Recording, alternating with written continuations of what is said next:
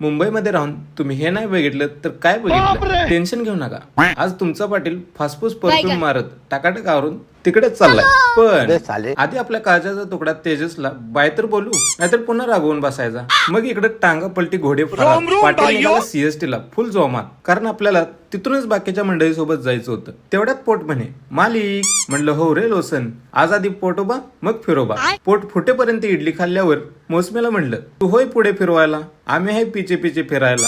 आज काय पाटील गप बसत नसतो, सगळे पैसे वसूल करणार. बोट मध्ये भांडून भांडून फ्रंट सीट घेंगे म्हणजे घेंगेच. कुणी तर म्हणलंय आपल्याला नाही आबरू, आपण कशाला कोणाला घाबरू. लोक गेल लावत आधी आपण बोटचे पैसे वसूल. आम्ही बोट मधून उतरतोय तोपर्यंत लोकल गाईड भेटले. म्हणे पाटील आज इकडं. म्हणलं हो रे, आता तुम्हीच सांगा आम्ही फिरू कुठं कुठं. म्हणे या आमच्या माग माग. ज्याच्यासाठी एवढ्या लांबचा प्रवास करून आलो ते बघून अशी रिॲक्शन यायलाच हवी. तर आम्ही आलेलो एलिफंटा केव्हजला. इथं तुम्हाला व्हरायटी मध्ये केव्ज आणि लेणी बघायला भेटतात. तासभर केलेला प्रवास इथं आला की विसरतोच. लेणी बघून बघून तुम्ही दमाल, पण लेणी काय संपायची नाहीत.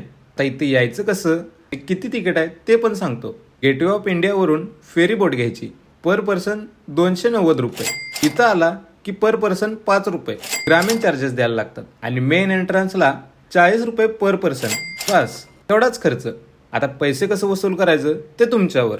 सगळं झालं तेवढ्यात पोट म्हणे मालिक इकडे पोटाची लेणी झाली, जरा त्याच्याकडे पण बघा. म्हटलं हो रे, आता तुला वडापाव आणि सोड्यासोबत कवायतच करायला होतो बघ. आता लास्टच्या पॉइंटला पाटील आणि गँग ट्रेक करत शेवटी पोहोचली इंग्रजांच्या तोपेजवळ. म्हटलं घ्यावी का खिशात. दिवसाचा दिवस गेला. पाटील आणि गँग फुल फकाट. म्हटलं चलो रे लोसन, नाहीतर इथंच राहायला लागायचं. जाताना पण तुमचा पाटील काय शांत बसत नाही, अंगातले किड कायम बाहेर. चला तर मग आम्ही घेतो जरा झोपून, तुम्ही घ्या जरा फॉलो करून. तोपर्यंत जय महाराष्ट्र.